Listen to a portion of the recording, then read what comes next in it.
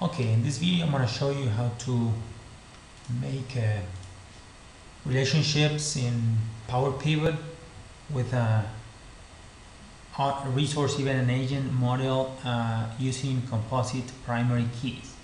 Okay, then first I'm going to go to Power Pivot, then I'm going to click Manage, and I'm going to import. I will import an Excel database. I'm going to go to from other sources. I'm going to import a database from Excel. This is a database that I'm going to select all of them except I'm going to take this out categories because it is repeated here. This is a business process that is the revenue business process. Okay, I'm going to click finish, and I'm going to be importing 12 tables, and I'm going to close it. Okay, all of these tables are representing the sales revenue process. I'm going to go to diagram, and then here I'm going to start accommodating the tables according to the REA model, resource events and agents. Okay, I'm going to put resources in the left. I'm going to take this this calendar. I'm going to explain later what table is.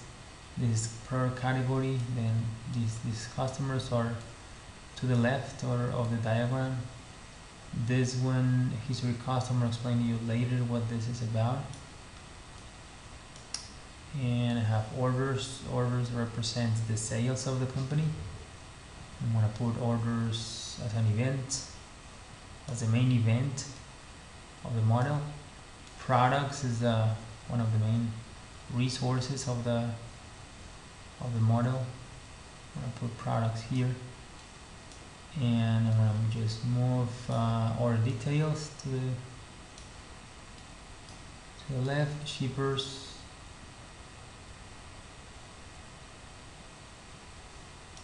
and our details to the left, and I'll put them in the middle. Okay, and suppliers is an agent. I'm gonna put it here. Okay, now I'm gonna start connecting the tables, the orders. These two are the main events tables. Then I'm going to start connecting orders with order details, and this product goes with this product table.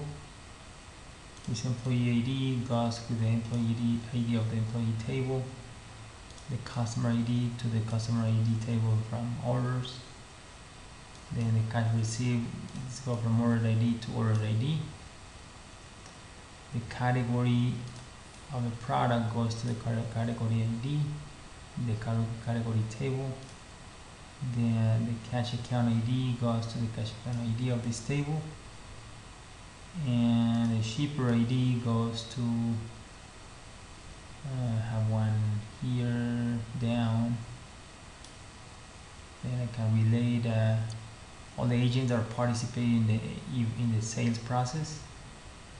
And I think I only have this, the suppliers table. I'm going to put supplier ID with supplier ID of the product, and I think I only have these two tables with no relationship. Okay, then this calendar is a table that has all the days of 3 years. Then here I have data from 2011 to 2013 of a multinational company, and this calendar calendar table that has specific that has all the days from 2011 to 2013. Then I'm going to connect the date to the order date. Okay,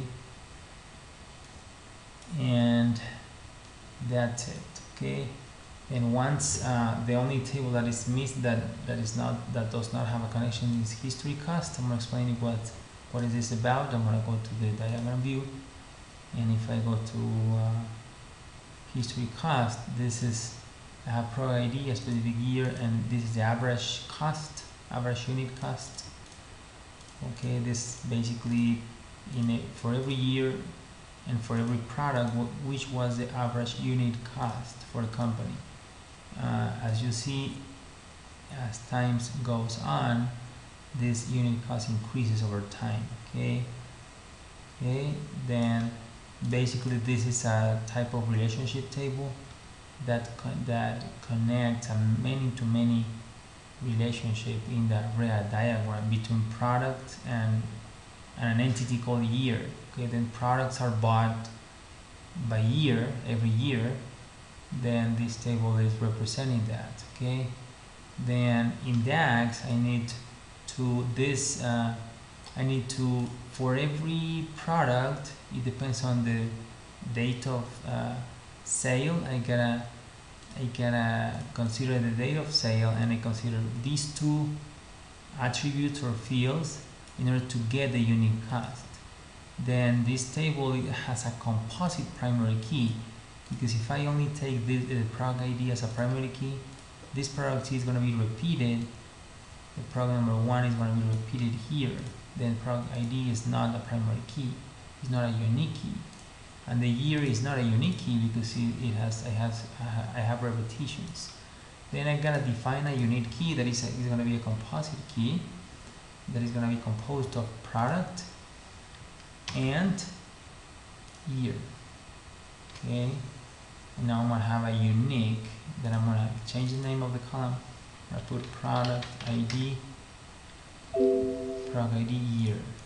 Okay, now this is going to be the unique identifier, that is going to be the composite primary key of this table. Okay, and if I go to the diagram view, product year, and where I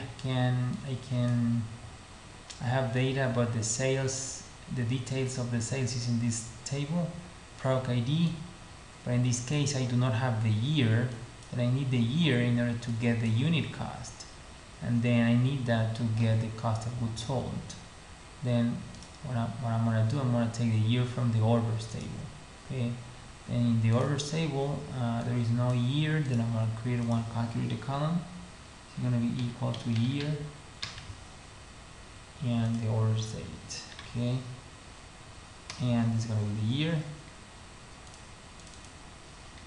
Change the name, and then in our details, then I'm going to get the year, just type in related. Remember, related is similar to the VLOOKUP of Excel. And I'm going to specify from which table I'm going to pull the year that I just defined is from orders table. Then I'm going to find it, that is here, close parentheses. And then I have the year. Okay, now I have the year, then I can identify the product and the year, the same two columns that I had in the other table. Then I'm going to define this as a foreign key. It's going to be the concatenation of a product and the year. Okay, I do this in order to have exactly the same attribute or column. I'm going to call it product ID year. I'm going to put the same name.